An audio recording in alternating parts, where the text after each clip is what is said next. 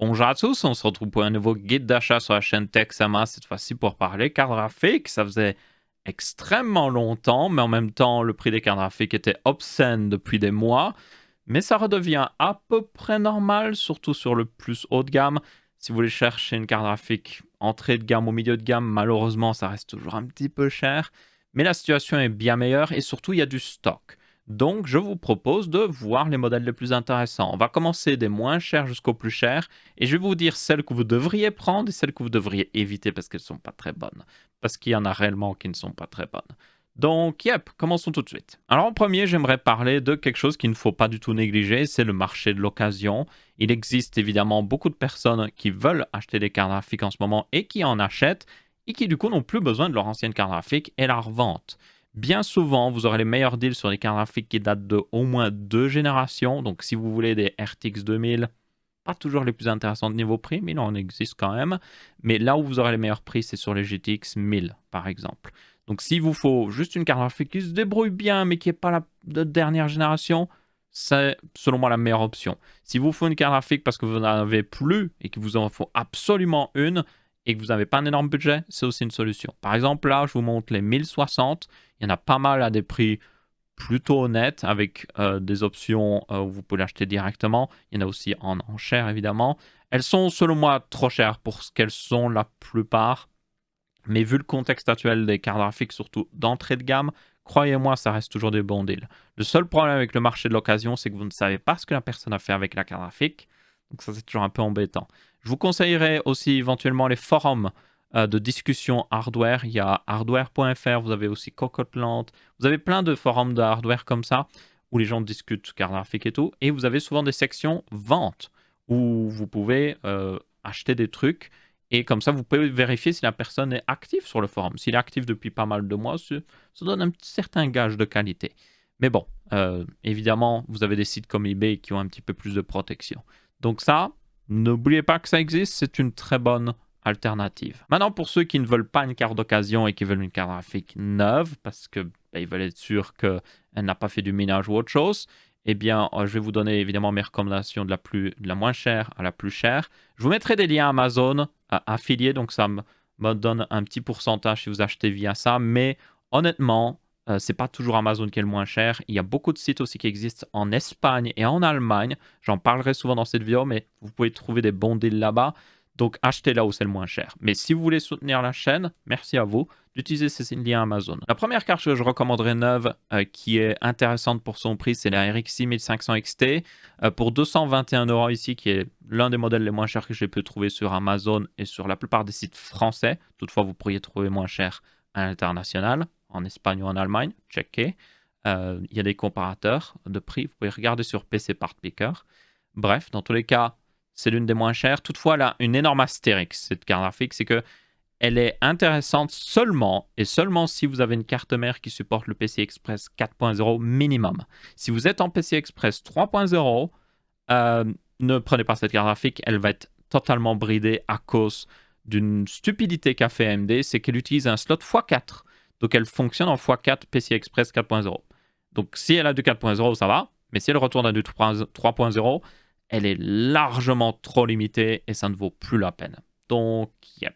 Une alternative à cette carte graphique-là, ce serait la GTX 1650 Super, que vous devriez normalement trouver en dessous de 200 €, mais ces derniers temps, c'est plus au-dessus de 200 €, qui est pas trop loin niveau performance et qui, elle, par contre, n'aura pas ce problème de slot PCI Express. Et pour ceux qui voudraient mettre une de ces cartes graphiques dans un PC très ancien avec une petite alimentation, je vous conseille la GTX 1650 non super, qui elle ne requiert pas de connecteur d'alimentation en plus et qui devrait fonctionner plutôt bien. Ensuite, on passe à la RTX 3050 et je vais être très honnête, je ne la recommande pas parce qu'elle est très chère pour ce que c'est.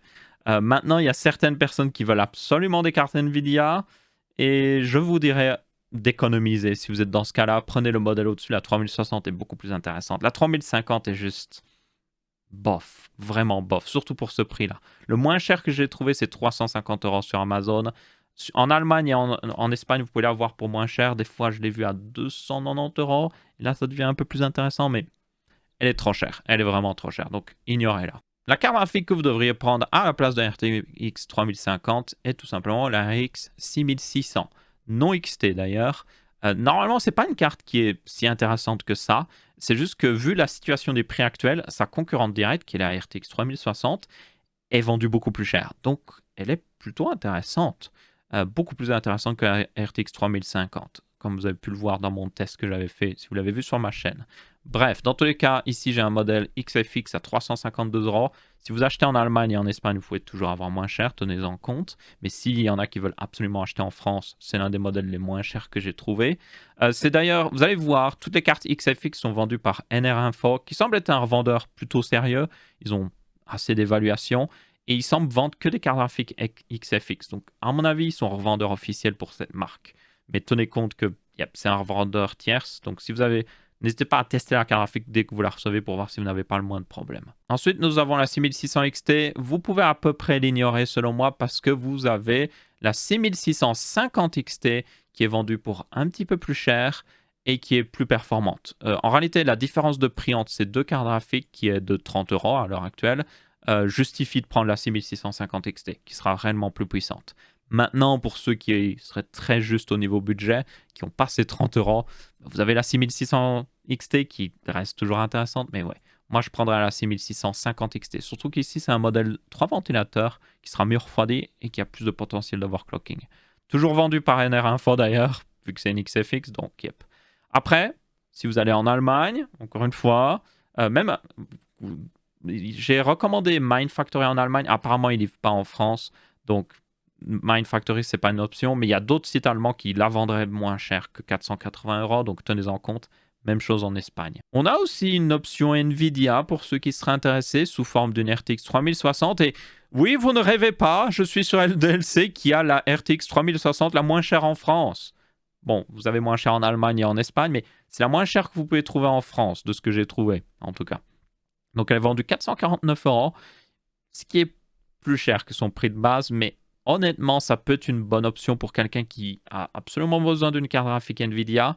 Je pense surtout aux créateurs de contenu qui utilisent les coups d'accord. Elle est pas trop mal et en plus, elle a pas mal de RAM. Pour un PC plus orienté édition vidéo et tout ça, je préférerais limite celle-là par rapport aux cartes graphiques AMD. Et son prix de 449 € reste contenu, même si c'est... Voilà, vous payez un surcoût, clairement. On passe ensuite à la RTX 3060 Ti, qui est une carte graphique normalement qui est plutôt intéressante au prix où elle est censée être vendue. Malheureusement, elle n'est pas vendue à son prix où elle est censée être vendue, qui est normalement d'un peu plus de 400 €.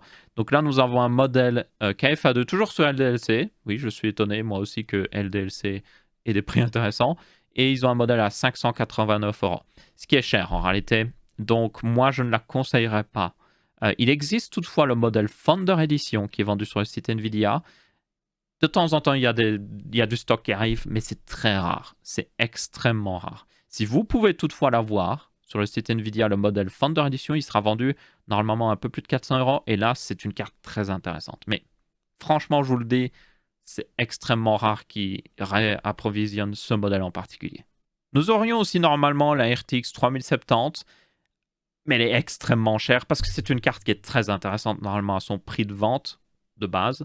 Mais évidemment, il y a eu tous ces problèmes ces derniers temps. Donc, même si vous allez en Allemagne, elle est juste pas intéressante niveau prix. 726 €, ça reste cher pour ce modèle-là. À ce moment-là, je vous le dis, prenez une 3070 Ti qu'on va voir juste après. Ou alors une autre option, vous avez la RX 6700 XT d'AMD qui est pour moi l'une des meilleures cartes graphiques qui existent à l'heure actuelle parce que c'est celle qui est la plus proche de son prix de vente normal et qui est intéressante. Genre, elle a des bonnes performances, elle a aussi pas mal de RAM, donc elle est assez future-proof. C'est vraiment une bonne carte graphique. Là, elle est vendue 639 € chez LDLC, c'est la moins chère que j'ai trouvée en France. Toutefois, si vous l'achetez en Allemagne ou en Espagne, vous pouvez l'avoir en dessous de 600 €. Donc, elle est très proche normalement de son prix de base. Donc là, c'est un modèle très intéressant. Toutefois, si vous achetez seulement en France, une autre alternative que vous avez qui est 5 € plus chère, c'est la 6750 XT. C'est pas toujours la plus intéressante par rapport à la 6700 XT qu'elle remplace. Mais ici en France, avec une différence de seulement 5 €, elle est juste plus intéressante, forcément. Si toutefois la différence de prix entre une 6700 XT et une 6750 XT dépasse les 8% du prix, ça devient pas forcément intéressant, en fait. Parce que c'est la différence de performance entre les deux cartes graphiques. Et pour le reste, elles ont exactement les mêmes specs.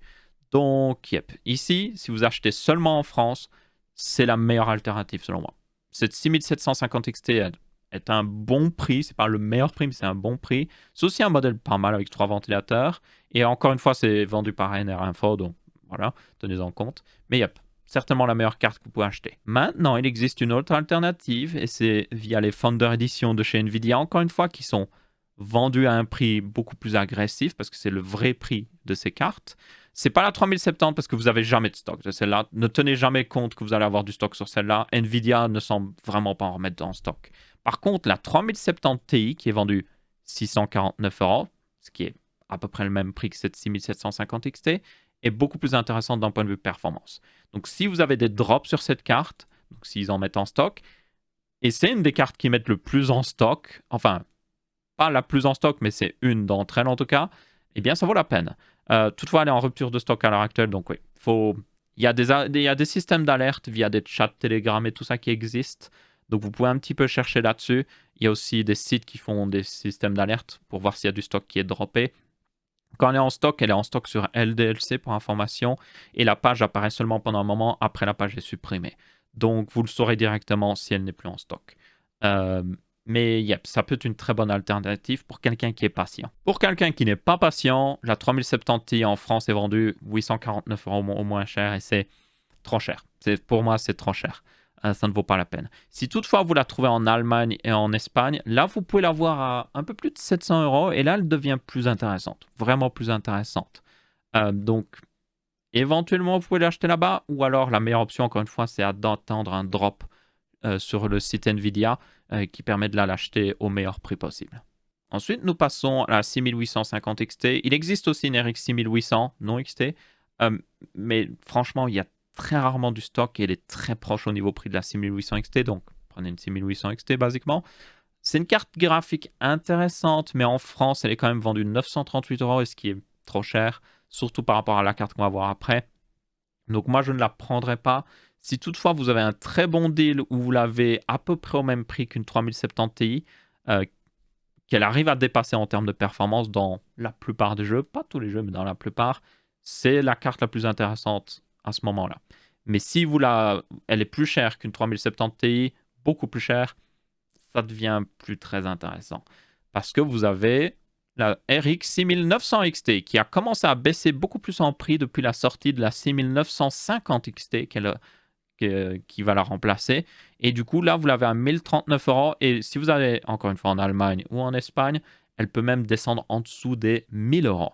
Et là, c'est l'une des meilleures cartes graphiques haut de gamme que vous pouvez acheter parce qu'elle est très performante. Elle est aussi très future-proof avec 16 Go de GDDR6.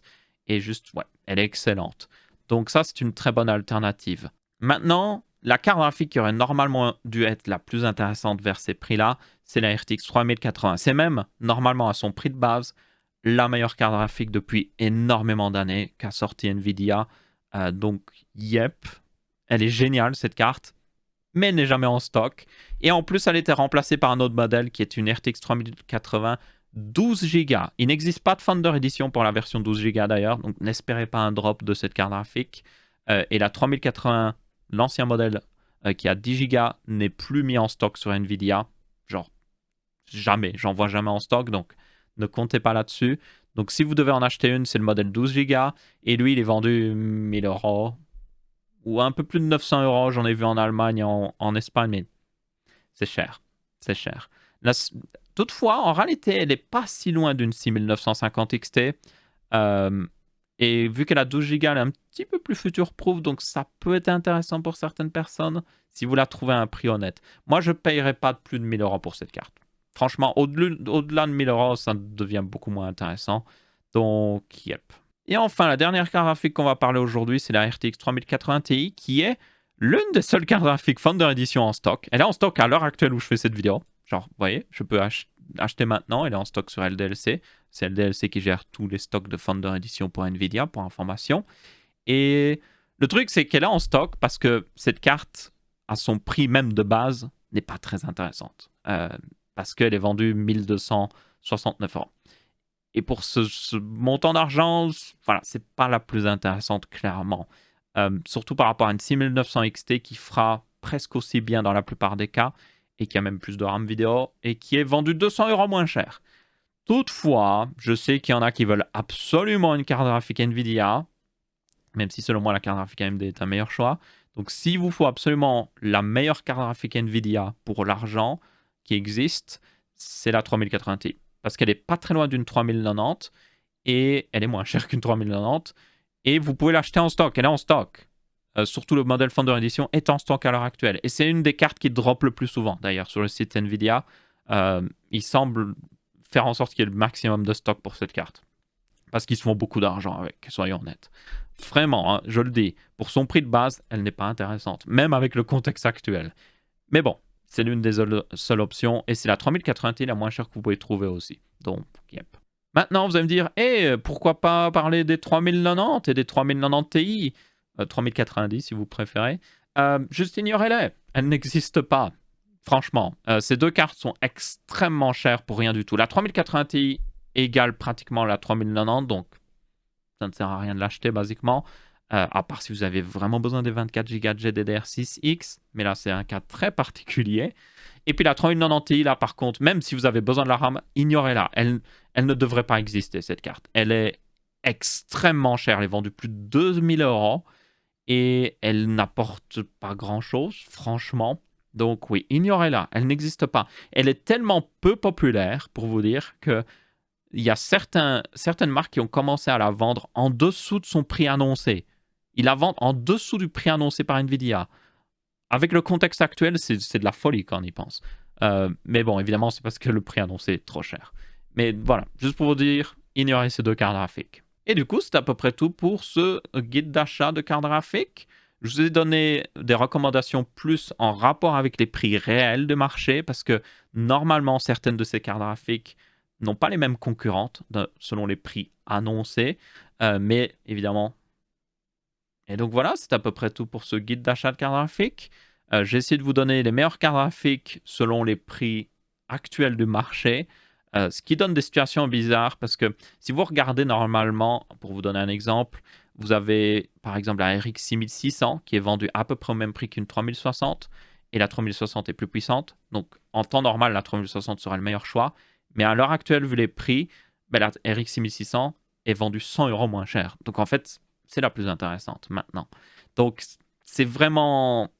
C'est dur de regarder même des comparatifs de cartes graphiques parce que vous n'avez pas le prix qui reflète la réalité. Aussi, tenez-en compte, encore une fois, allez voir en Allemagne et en Espagne, utilisez Google Translate pour commander dessus. Vous pouvez vraiment payer moins cher si vous avez envie de faire ça. Je sais qu'il y en a qui n'aimeraient pas trop parce que après ça peut être un peu embêtant pour la garantie ou autre chose, mais franchement ça vaut la peine vu les différences de prix. Mais bon, en attendant, vous aurez dans la description tous les liens Amazon, affiliate vers toutes les cartes graphiques que j'ai recommandées qui étaient sur Amazon. Pour toutes celles qui ne sont pas en stock sur Amazon, je vous ai dit où les trouver, hein, LDLC ou le site Nvidia. Donc, yep, n'hésitez pas à aller voir. Et aussi, n'hésitez pas à chercher beaucoup. Je vous ai donné les recommandations. Maintenant, cherchez. Allez voir sur le web si vous ne la trouvez pas moins chère. Mais faites attention de ne pas l'acheter n'importe où non plus. Achetez-la sur un site recommandé. Et si vous en trouvez d'occasion, faites très attention. Surtout les cartes graphiques Nvidia. Peut-être qu'elles viennent d'un truc de minage. Et du coup, elles ont pris cher. Certainement. Parce qu'elles ont été utilisées pleinement pendant plus d'un an ou autre chose. Donc faites très attention à ça. Bref, dans tous les cas, j'espère que vous avez bien apprécié cette vidéo. Si c'est le cas, vous pouvez laisser un petit pouce bleu. Si ce n'est pas le cas, vous pouvez laisser un pouce rouge. On se retrouvera pour une prochaine et je vous dis ciao ciao.